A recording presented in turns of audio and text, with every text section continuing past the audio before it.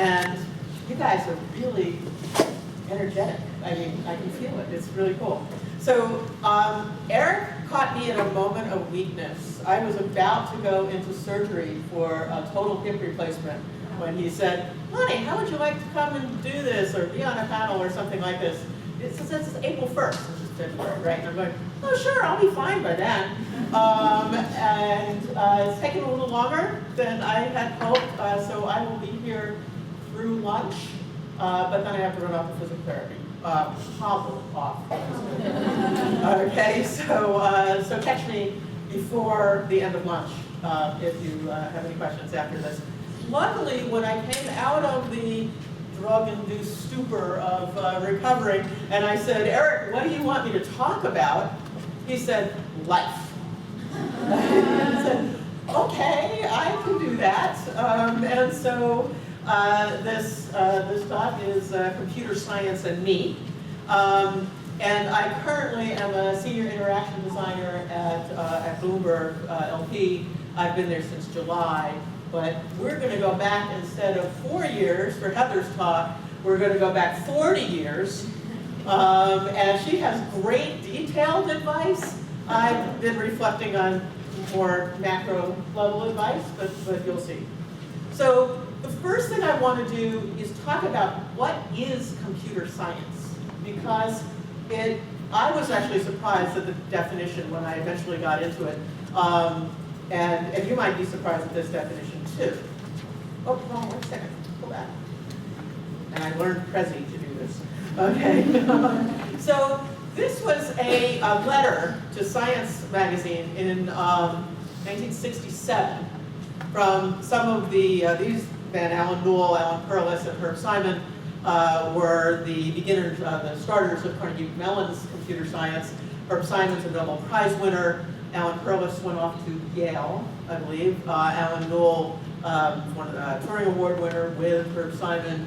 You know, these are just top people, but a long time ago.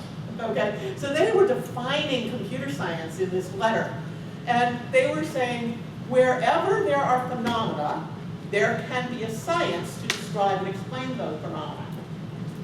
There are computers, ergo. Computer science is the study of computers. But they expanded it by saying it's the phenomena surrounding computers. Not just the computer itself, but also the phenomena surrounding that, which are very complex and rich. And it includes all the people who use computers for whatever they use them for. And its effects on society, and its effects on everything. So it's the phenomena surrounding computers is in their definition of computer science. And a lot of our deeper thinkers about computer science have embraced that definition. Okay, so it's the computer itself, the programs that you do, algorithms, all this sort of stuff, but also all the phenomena surrounding that. So, I'm going to show you my life in, and it doesn't have anything about computer science up there in the big bubbles, okay? I started in engineering. I moved into psychology. I'm going to talk about some balance things at the end, but it is all about computer science in that broad definition of the things, the phenomena surrounding computers. So let's go way back in time to when I was an engineer, and starting in high school. So I was one of the people who said I had taken a computer science class, okay?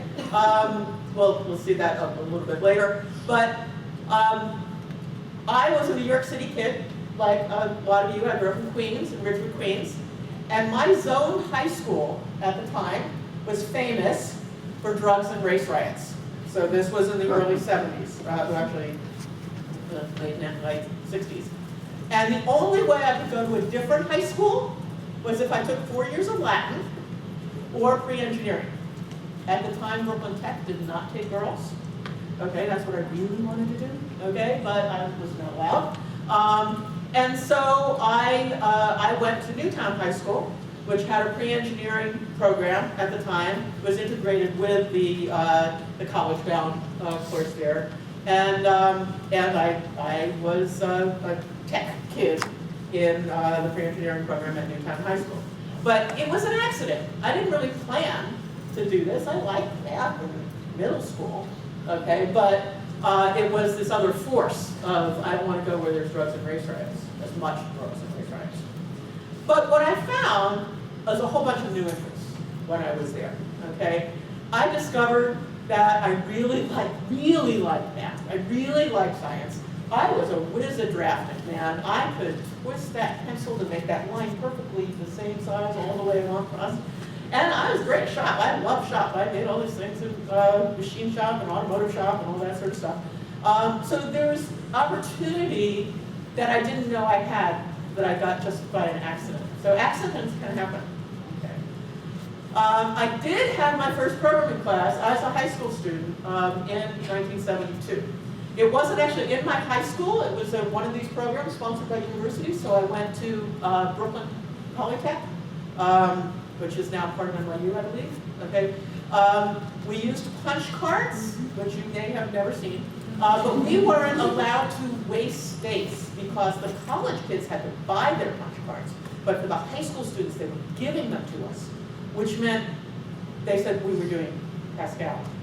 They said, well, the computer knows when you're at the end of the lines because of the semicolon. So just go to your next line by not putting a line return. Just keep going on these cards.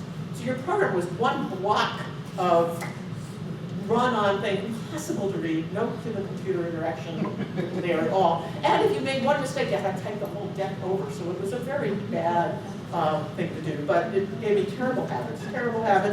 And you had 48-hour turnaround time on your program. Can you believe that? You submitted it, they took the punch cards out to Stony Brook, and they brought it, like they might have sent it over the phone lines, I don't know, but you got your program results 48 hours later. You could not make a mistake. No, I mean, it was really, really hard. It was very, very painful, but I found that it was fun too. I didn't think I was going to go into computer science. There really wasn't much in the way of computer science in a lot of places. But that was my first introduction. So, my lessons in high school. At the bottom, you see this triangle of numbers. Some of you may recognize it as Pascal's Triangle. It's the pattern of coefficients when you take a plus b and then square it and then cube it. And I discovered this.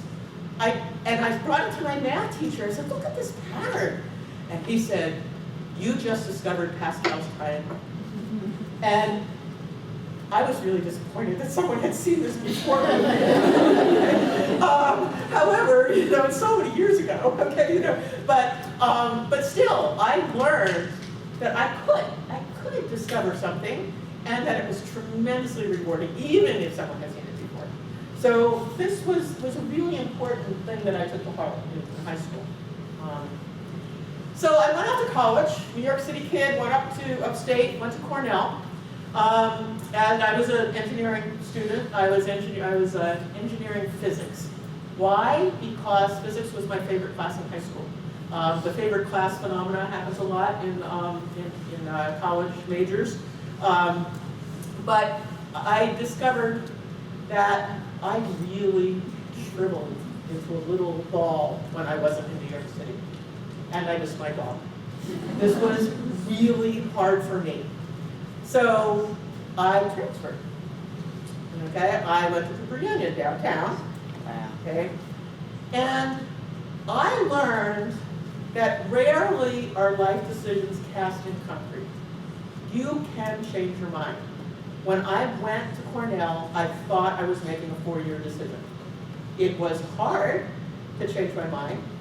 I had to do the application process. I had to take other courses that they didn't like the Cornell ones, and I had to take ones at Cooper and everything. So you can change your mind. Okay, Heather said, try something, and if you really try, and then decide that you don't like it, it's okay to say, I don't like it, okay? But just keep that to heart. Nothing is cast in concrete. Doesn't mean it's easy to change, but you can change your mind. Don't make yourself horribly miserable, as I was not at New York at the bottom, because no one said I didn't. Okay. Now Cornell, fellows moved to New York, smart people. Okay, so in the graduate school, you wouldn't have had to make that choice. Okay.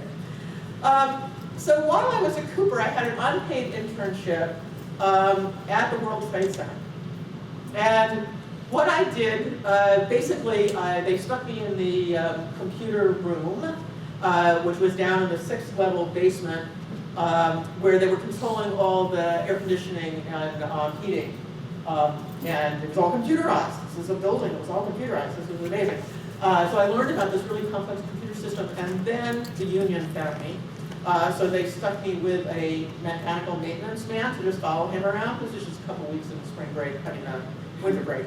And the really interesting thing with that was that he was responsible for the top 2 mechanical equipment rooms, and the World Trade Center wasn't finished yet. And so the bottom one was connected up to the computer, and the top one was not yet connected up to the computer. And this was January, it was freezing, okay? And what would happen with the bottom mechanical equipment rooms, which had those humongous air conditioners and a big machinery room, right? They would take their air intake of the very, very cold January air, and the computer would shut it off, so they had no heat. So, and we couldn't keep the darn thing online because it was protecting the equipment by shutting it off automatically. The one that was not yet connected to the computer, he could keep online, because what he did was he went out and opened up the doors to the air intake, which took the warm, very hot air from the machine room and mixed it with the external air, keeping the temperature up so that the local switches wouldn't switch off. But you couldn't do that on the one that was connected to the computer, because if you put the doors open, that was a safety violation, and it would turn it off for the safety violation.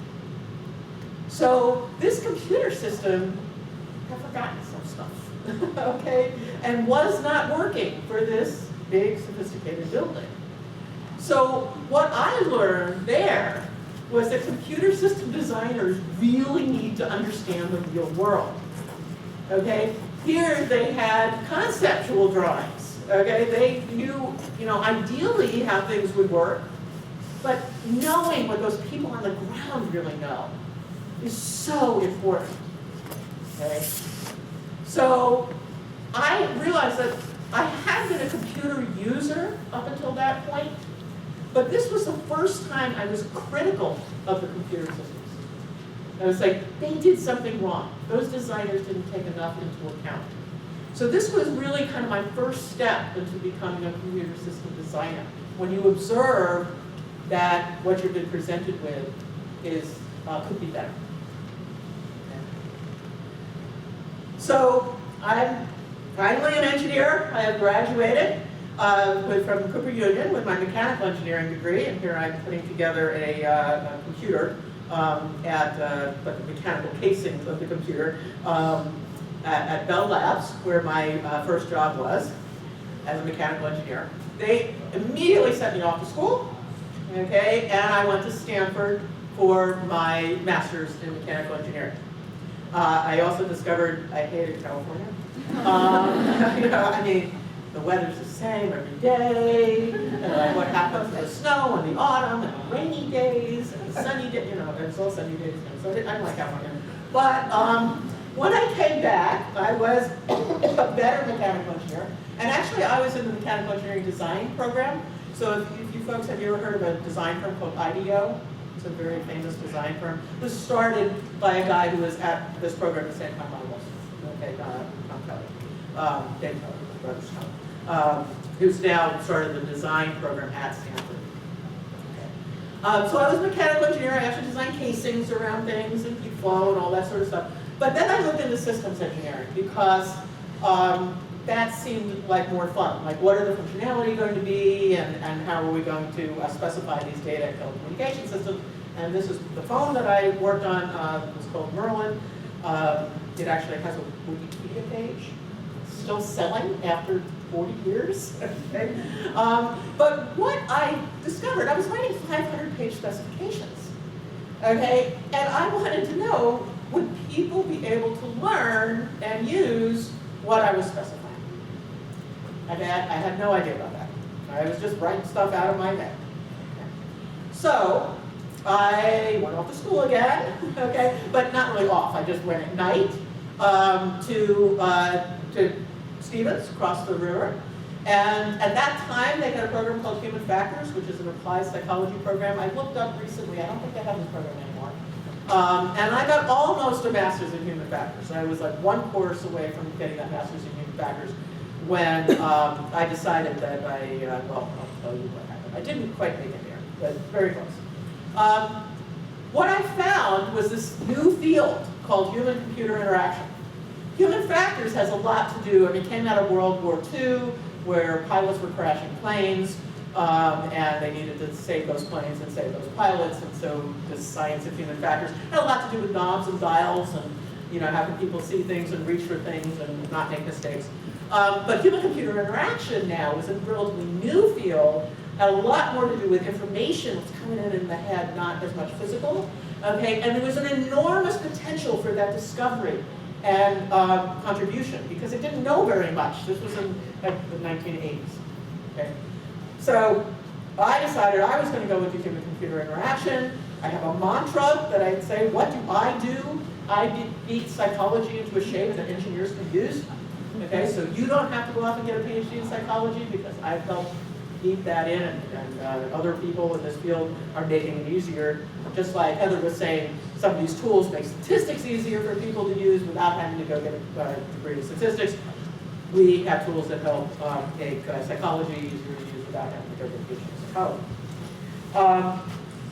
So at this point, I've started to really make the jump to computer system designer, where I'm focusing on the design of the functionality, the user interface, and the broader term user experience. Okay, remember that's the phenomena surrounding computers. It's not the algorithms, okay, it's not the hardware, but it's this connection between humans and computers.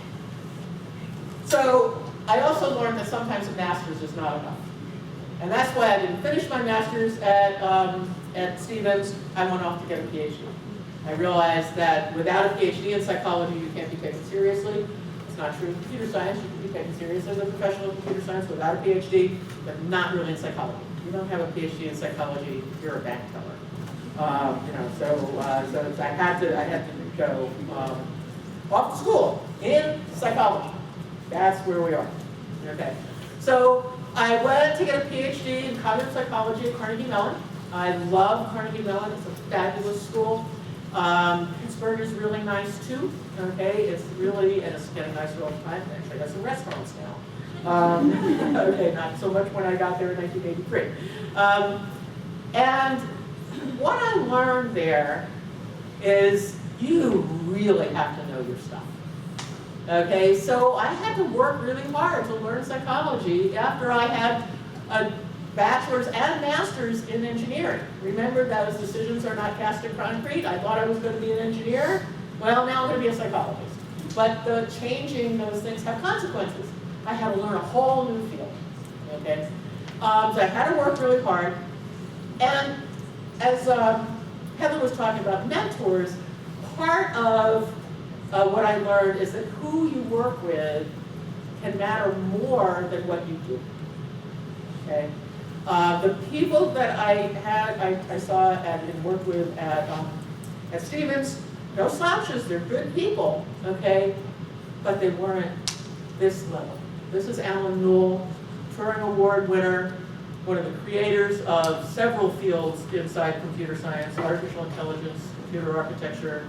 He's credited as founded that. And this man, it wouldn't matter what you worked with him. He would teach you rigor. He would teach by example. He would teach you patience.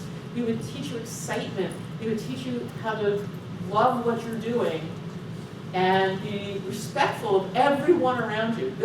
He was my PhD advisor and changed my whole world. I had never known a person like him. And a lot of people at Carnegie Mellon are very similar. It's not just Carnegie Mellon. A lot of good schools have really inspiring people. For me, the inspiration of the people is sometimes more important than the content. And now, he has taught me not only am I a computer user and a computer programmer, I learned programming while I was there.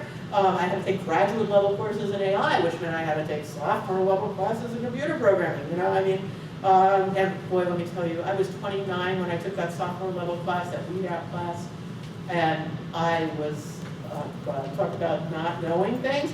I would ask so many questions because I had no shame. I'd ask a question no matter what. And at one point, I put up my hand, and the guy had done a proof. He was doing these proof of proving loop invariants or something. And he did the first 4 steps, and I got it. And then he did some leap into the 5th step, and I just couldn't figure it out. So I put up my hand, and he goes, yes, Bonnie. There's 100 people in this class, right? Yes, Bonnie. Okay. And I say, I understood the first 4 steps. And then I took a breath to say, but I didn't understand the 5th one, okay? And in that breath, the entire class applauded because I had finally understood something. Okay, so sometimes you have to have no shame. Okay, he eventually told me I had the best of the B's in this class. Okay, here I'm working with one of the world's greatest researchers in computer science, and I get a B in a sophomore level class. Well, you know, you keep going. I taught that class later, by the way. Much better than I think of it. So I was a computer programmer now, and now I'm a UX designer as well. This is part of what I'm doing. But I'm also a computer science researcher. I have learned in my PhD program how to ask questions, how to get the right data, how to be humble about your hypotheses, because they're often wrong, otherwise it wouldn't be research. Okay, and move on from that, and learn from everything. So I'm really learning how to be a researcher as well. Okay. So I become an assistant professor in computer science. Here I have a PhD in psychology, and I am now a professor in the computer science department. Okay, and having to teach that class that I got to be in, you know, a couple of years later. So this was fine. Okay, but what I learned being in that cohort of people, all these people have PhDs in computer science, all my colleagues, right? Okay, I really have to know my stuff. Okay, more so than just being in the field, because I'm on the edge. And they're looking to what do you not know about what I know? And why should I believe you about what you know if you don't know what I know?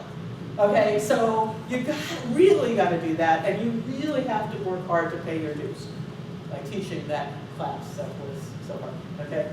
But I also learned that teaching happens at every level, okay? Yes, I'm teaching students, but I'm also teaching those colleagues about what's important about what I do and why they should care, okay?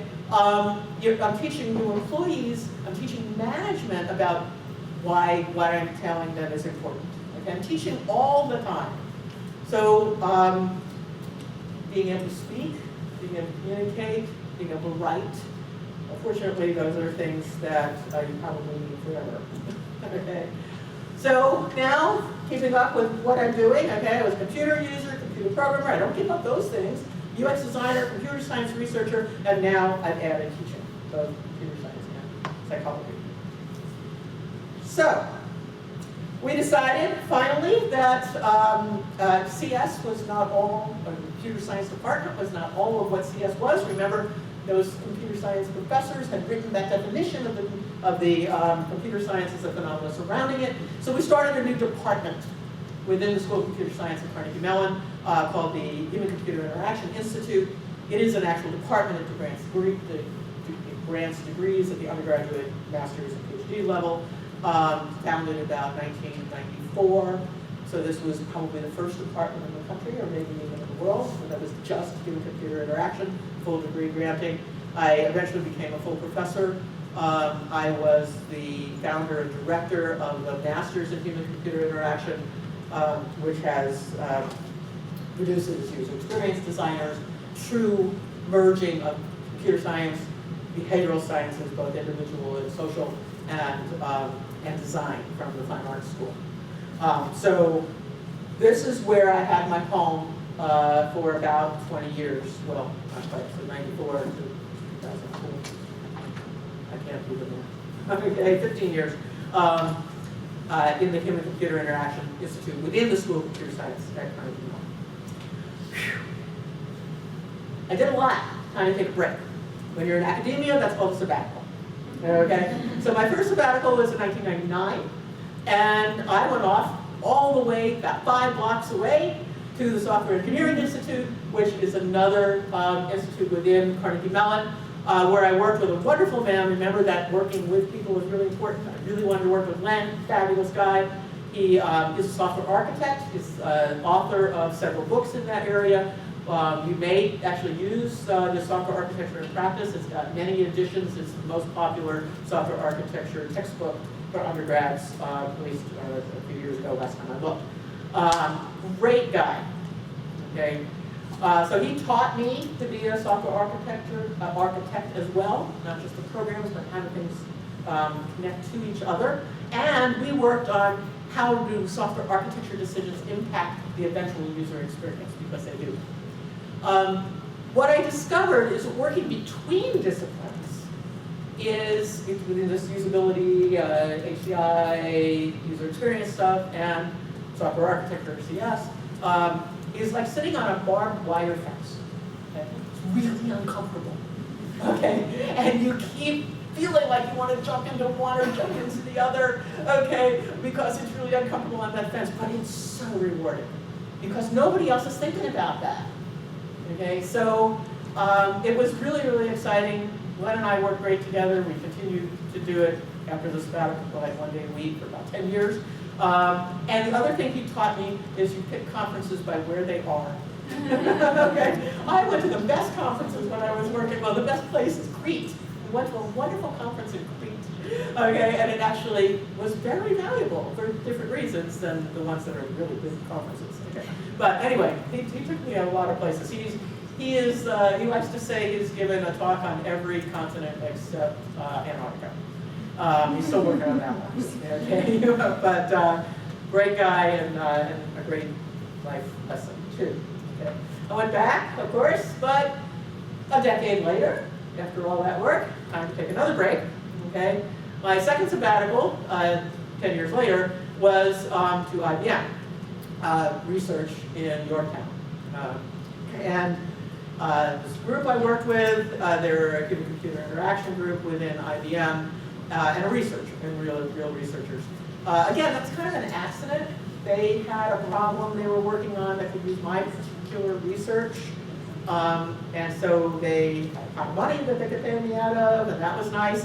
But also my daughter was a senior at Columbia. And so I said, okay, cool, I'll get to see my daughter more. You come down and take your kid out to dinner, that's what you do when your kids are in college, feed them, right? And I'll also have a different experience. So IBM was really interesting, and what it reminded me was how much I loved New York, and how I kind of shriveled up when I'm not in New York. I was 25 years at this point, okay? And I found that the things I thought that I knew were important about working at Carnegie Mellon, the colleagues, the excitement, the high quality of research, the self-criticism within a group, all of that was very important, and it was at IBM as well as being at Carnegie Mellon. And Len Bass has a rule, it's a 25-year rule. If you've been someplace 25 years, think about changing. Sometimes it's just time for a change. He got inspired about me, actually. I left CMU, and he left CMU too, and is now in Australia. Okay? But I do want to warn you that sometimes you get more than you expected. Okay? I went to IBM in 2010, okay, and I've actually had 3 jobs since then. Here I am, 25 years plus at Carnegie Mellon, thinking that was going to be where I would die, okay, and said, nope, I'm going to change, and I had lots of change, okay. Each one requires learning new things, learning new cultures, learning new things technically. It's all very exciting. I'm now at Bloomberg, okay. So then I wanted to say, this is the whole 40-year journey until today, but let's talk just a little bit about balance. I have a family, okay? I have 2 daughters, the one on the left, is a software engineer at Google in Mountain View. The one in the center is now she works at a company called Backstop, which is a fintech firm here in New York. She had a minor in computer science at Columbia. She was going to be a major. She didn't have the kind of things that this group is giving to you guys to stay in the major. I'll talk about what happened to her if we want to. But she went into operations research, which is a lot of math with a minor in computer science. And I have a husband who's in computer science. He works for a firm that he actually is a part owner of that's still back in Pittsburgh. He sits on the living room couch and works remotely. He's on the phone constantly or in Skype meetings. So we had family, okay? There's certainly work, and that's the Bloomberg Tower there. For me, dogs are really important. Okay? Even though it looks like there's 4, those are actually 3 next to their favorite statue in Central Park, which is the Balto statue. And also for me, at the end here, I'm not quite at the end of my life, but I'm planning for it, is that lifestyle is really important. Okay, we live in a little apartment in a brownstone on the Upper West Side that was broken into 10 apartments from what it used to be one house, okay? But that's big enough because I'm only half a block from Central Park. I go to Central Park, my commute is fabulous. I go across the park, down into the zoo, say hello to the sea lions every morning, and then walk up 59th Street to Bloomberg. Fabulous. And we do crazy things like sabbatical.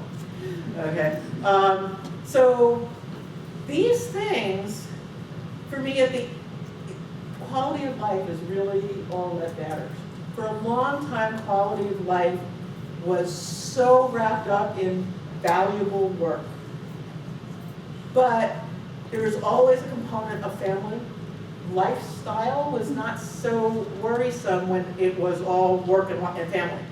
You know, who cares about other stuff? Because you're busy with work and family, okay? Or just work or whatever. But as I'm winding down a little bit, the lifestyle issues, where do I live? What do I do every morning? Walk the dogs in Central Park. The beautiful skyline behind the trees. You know, it's just a joy every morning, and dogs for me. The other thing people always ask me, so I put it in as a PS. Okay, grad school is a great time to have babies. Nobody actually cares how long it took you to get your PhD if you eventually are going for that. They just look at what's the end product, and they said, oh, should you take a couple more years? Well, there's so many reasons to take a couple more years. You can stick some babies in there, which is what I did. As long as your significant other makes enough money to keep you in childcare. Anyway, so this is computer science and me. And any questions or?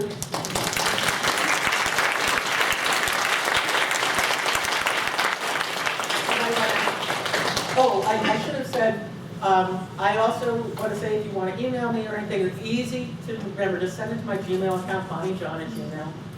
Okay? But then if it's work related, I might switch over to my Bloomberg account or whatever. So BonnieJohn@gmail is really easy to remember. So anybody want to ask anything? Yeah. Since you went to like various different colleges, I'm wondering how many mentors. Yeah, so how many mentors did I have? Yes, I went to various different colleges. How many mentors did I have? So I didn't really get the mentor thing while I was undergraduate school. So you are really lucky to have Heather tell you about that and to come to things like this in undergrad. In undergrad, I just went to school, did my work. I didn't quite get a 4.0. I had like a 3.89 or something like that. Anytime I touched anything close to a chemistry class. Okay. So I didn't get it in undergrad school. When I went to my master's at Stanford, I had more of a life mentor who was actually the department's life mentor. His other appointment, he was a psychologist, his other appointment was in the California Institute of Transpersonal Psychology. So he was like everybody's therapist. And I got to, I took some independent study with him. He had me reading Sufi fairy tales for credit for my dance degree. Okay, and he really, really helped me with my life. But he was my big mentor there, plus a mechanical engineering professor. At Carnegie Mellon, my advisor, but he was very important. He really said, it can't be just me. Go talk to other faculty too. So I had several other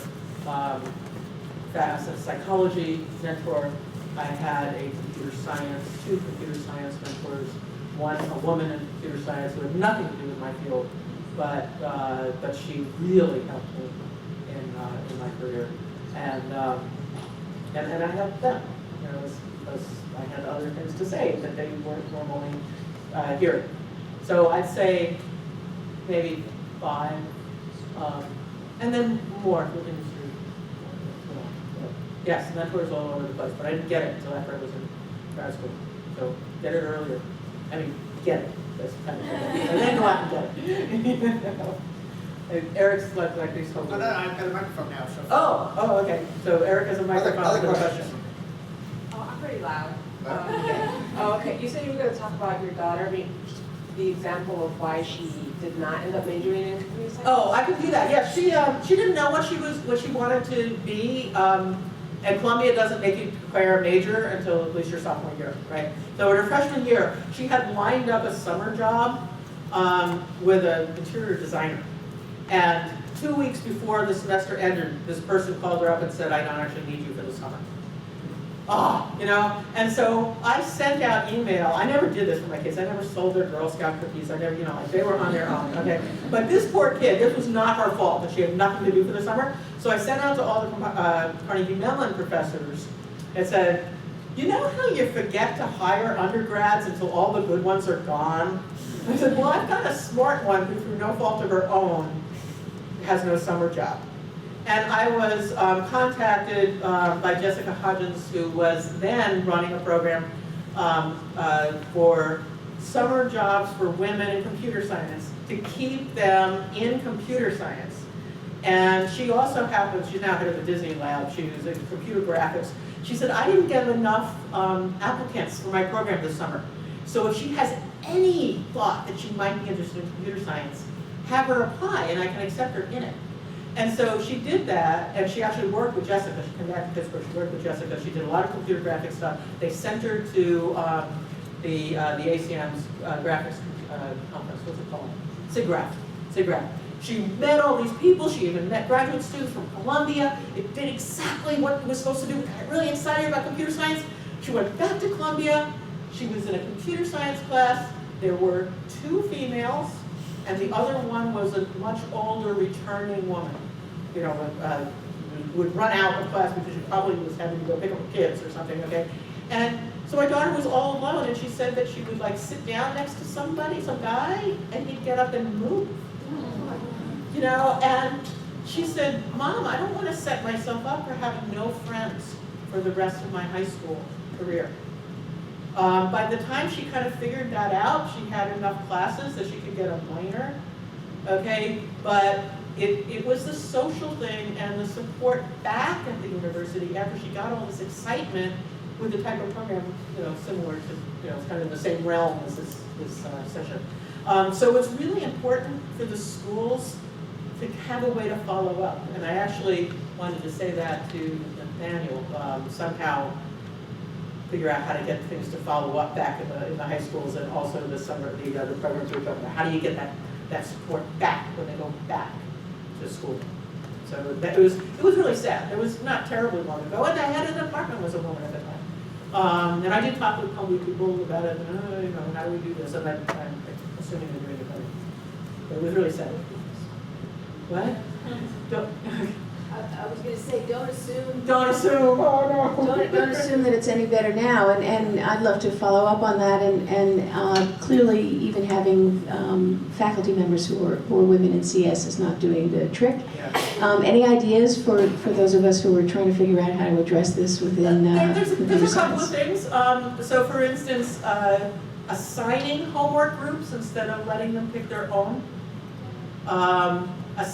Switching the groups so that people learn new people is a sort of thing you might do. And there's maybe a couple other things you do. But evidently, the professor never noticed that she was always sitting alone. So being aware of that sort of thing too. It was really sad. Anything else? Eric, you have to keep time. Yeah, we got time for one more, and one more is going to be over here.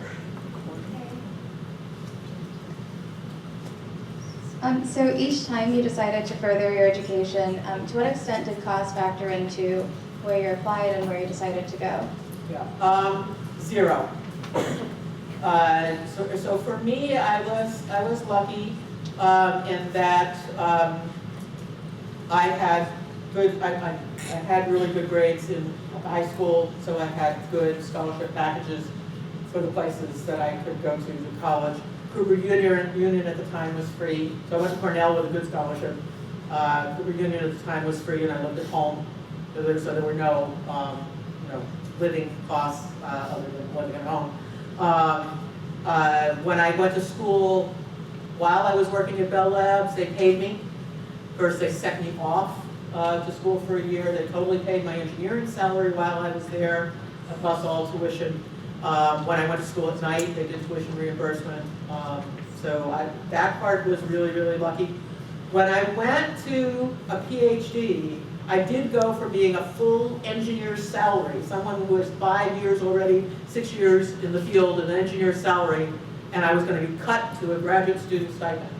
Okay, but I did have a graduate student stipend, and I got married at the same time with a husband who was a computer scientist, so he could program and get a salary as well. But I didn't have to think about costs. That may be different for a lot of people here, but times have changed also.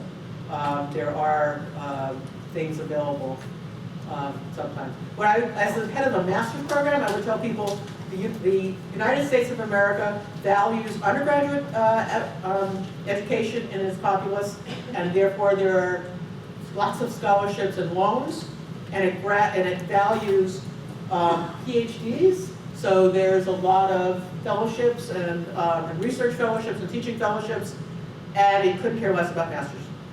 Master's programs were a contract between the person and the school. Person gives them money, school delivers the courses, person gets good grades, school gives them the diploma, they go off and get a better job. So that's kind of how you have to think about it if you go for a master's instead of a PhD after this. Good question in these days. Thank you. Thank you.